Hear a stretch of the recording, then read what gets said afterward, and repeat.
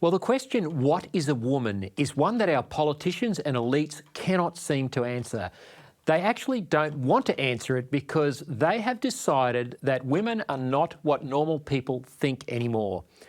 A recent example is a nominee for the US Supreme Court, Ketanji Brown Jackson, famously said when asked during her confirmation hearings, let's take a look. Can you provide a definition for the word woman?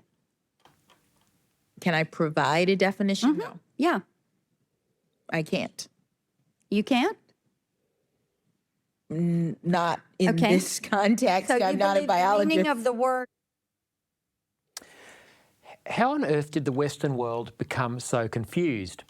Well, here in Australia, the federal court is examining this very question thanks to changes to the Sex Discrimination Act made by the Gillard government in 2013. The sneaky words gender identity were smuggled in, making it illegal to discriminate against anyone based on this subjective attribute.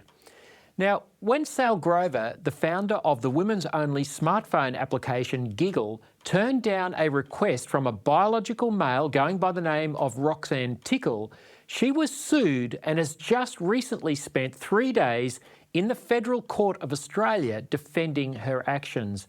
Sall Grover very kindly joins me now, and she's been in demand by media all over the world.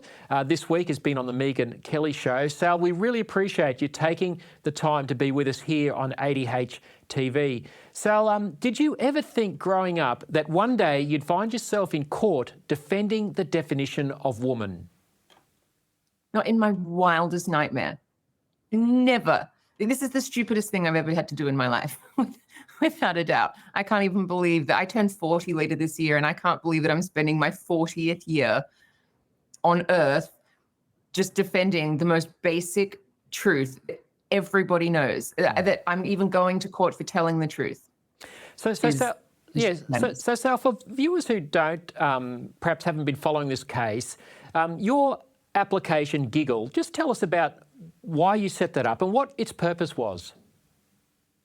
Okay, so basically, my mum and I got the idea to create an app exclusively for women where women could go to connect to find roommates, freelance work, emotional support. We had lesbian dating on there. We tried to think of sort of any reason why a woman might want to connect just exclusively with another woman in, this sort of woman-only environment. We'd noticed that there was so much misogyny online. I'd experienced it. And when we developed the idea, I had absolutely no idea that there was any controversy over what a woman is. And we were actually sort of abruptly brought into this mess in February. It was February 7, 2020. We were just doing beta testing of the app. We hadn't even properly launched it. Like, that was stolen from us. Trans activists discovered the app on the App Store and Google Play and inundated us with 1-star reviews. Our security measures weren't properly in yet, so they inundated the app with death threats. They were calling women TERFs. Which is trans exclusionary radical feminist. I hadn't heard that term before, so I had to find out what that meant. And basically, it just had changed my life. My world was turned upside down in a day because it was brought to my attention that not only are there actual adults on the planet who are claiming that men can be women, but governments and institutions are backing them. And I can't even describe how much of a shock that was. I thought that, there'd be some people that had like a problem with a female-only app in the sense of like, there is like sort of some guys that are like, oh, don't women have enough? But I thought, sort of they wouldn't cause any problems. I never in a million years expected this. Yeah, I think reasonable people think there's nothing wrong with there being a space for women. Men like to have their spaces. Big deal. Let's live and let live. But this fellow, Roxanne Tickle, he's a biological male. He's changed his birth certificate. He's had some surgery, some other treatments to try and identify as a woman. But that doesn't change his sex, does it? He's still a biological male. And you picked this up when he tried to get access to your app. Yeah, exactly. So basically, I don't actually remember removing him from the app because men, like as I said, like I was brought into this because we were under attack and men, were trying to destroy the app. And then as we sort of kept going and we're just sort of treading water, trying to work out what was going on, we would get attacked by men or have men just attempt to get on all the time. And some would occasionally get past our like security measures to keep it female only. And Tickle was one of them.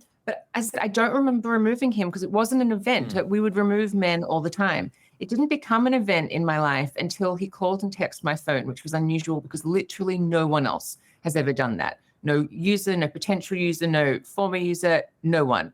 And so when it happened, it scared me. But and I blocked his number on my phone, and then I got an Australian Human Rights Commission complaint and found out that this was a man who claims to have had a female, like his birth certificate changed to female. But this is the problem that's happened in Australia, is that basically delusional people have been allowed to change their sex marker on their birth certificate, which is a historical document, and then use that to try and force everybody else to be part of the delusion. And I think that it is an infringement on everyone else's human rights in Australia. So when I got the Human Rights Commission complaint, I said no to conciliation to settle it because their conditions were so absurd. Yeah, no, good on you. And this is the trouble. The Human Rights Commission is an activist organisation that's not interested in normal people's human rights. Now, what does Roxanne Tickle want? I've read that he is suing you for somewhere in the order of $200,000. That's an enormous sum of money.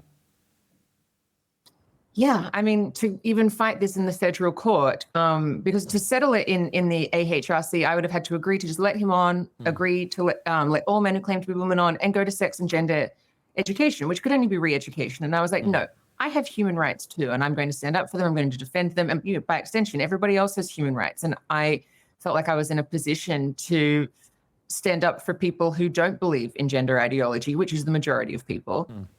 So I said no. Went to federal court. I've had to crowdfund and raise $500,000 to fund that. That's outrageous. And now on top of that, he is asking for damages and aggravated damages of $200,000.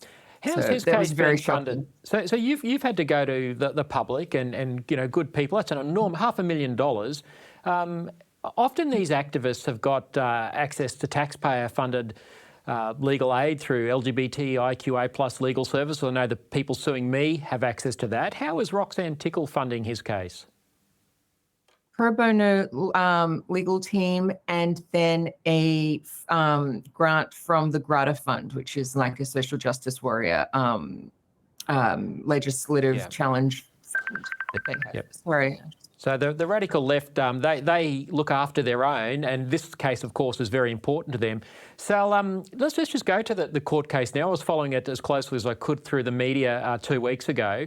How did it feel for you to be sitting in the dock, in the courtroom, and to have the judge, Justice Robert Bromwich, referring to Roxanne Tickle as a woman? The judge was using the female pronouns like her to describe him. Does that essentially mean that the legal system is not on your side? Well, we'll find out if the legal system is on our side or not in the coming months.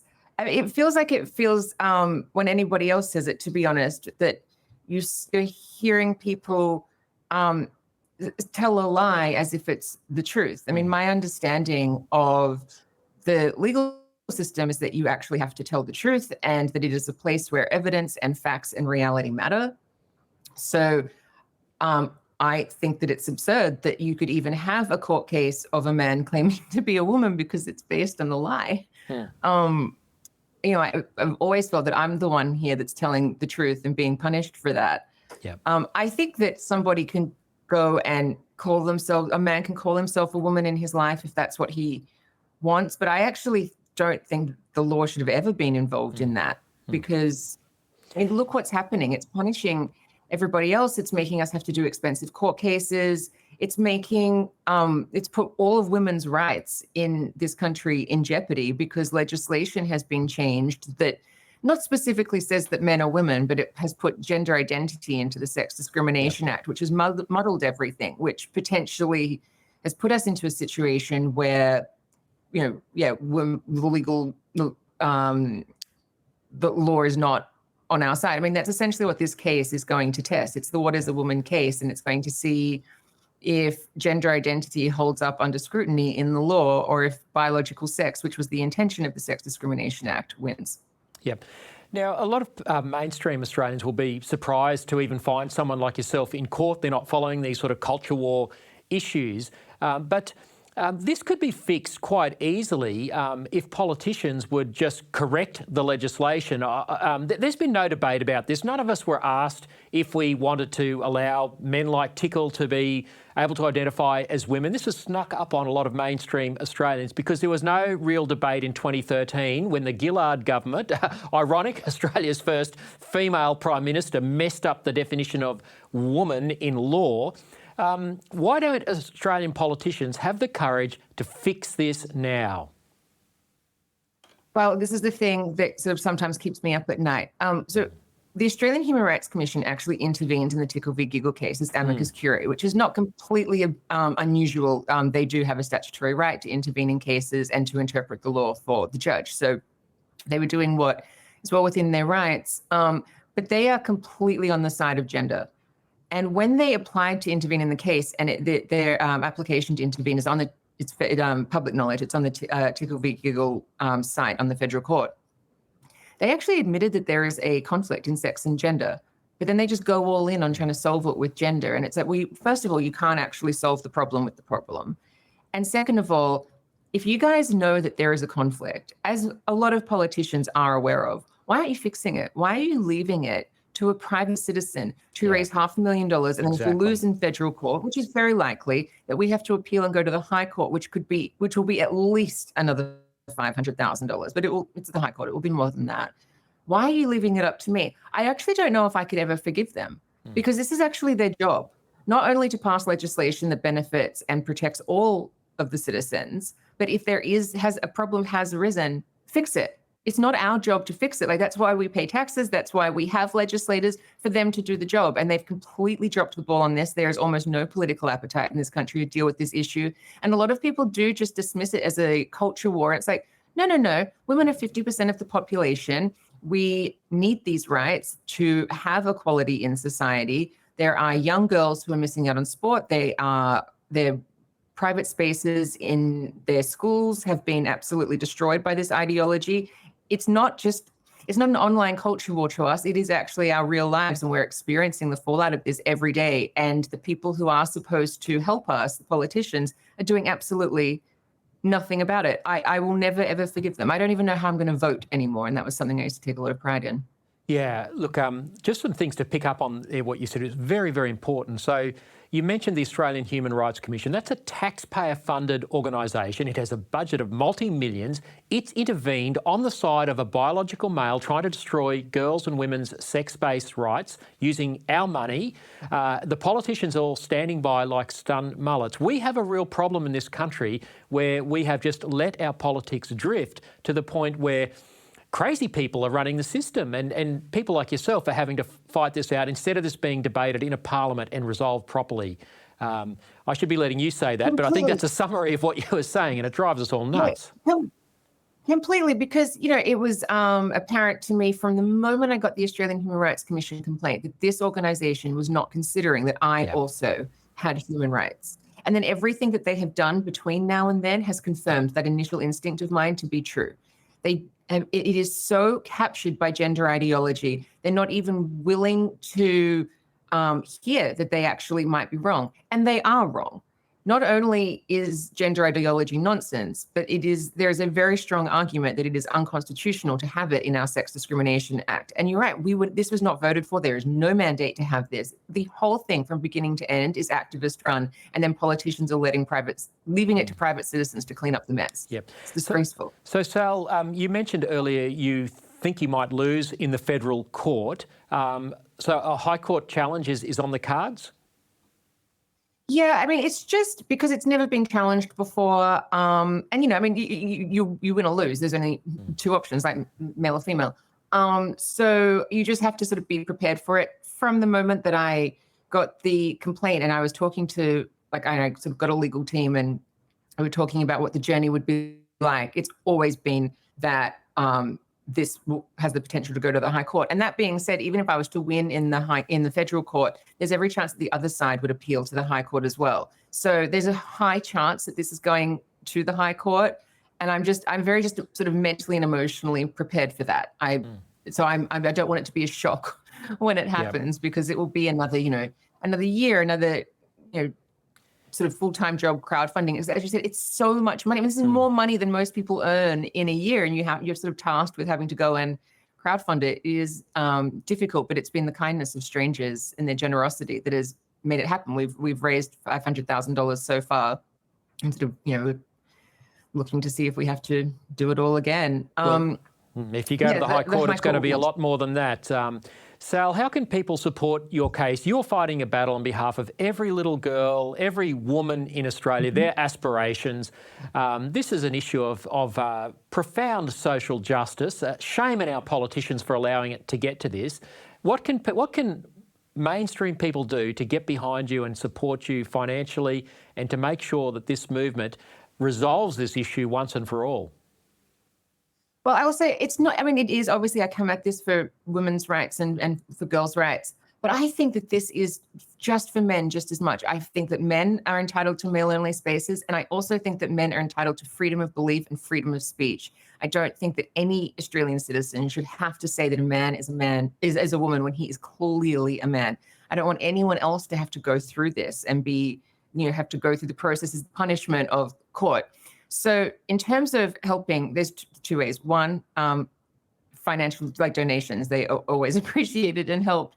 And then also telling people about it, spreading the word, making sure people are informed about it. Because once people are aware that it's happening and that it could happen to them, that all you have to do is say that the man is not a woman, and bam, you are in a very vulnerable position. And that is what needs to change. And that's what Tickle v Giggle will do. So we have a crowdfunder. It's gigglecrowdfund.com, and there's all information about the case, and there'll be updates when we know more of what happens next on there. And yeah, I can just say thank you to everybody so far for the support. I'm overwhelmed by it. Well, there you have it, folks. Go to gigglecrowdfund.com. Sall Grover, thanks for being one of the most courageous people in our nation at the moment. We're right behind you, and we really appreciate you giving of your time in this busy week to speak with us here on 80HTV. Thank you so much for having me, Lyle.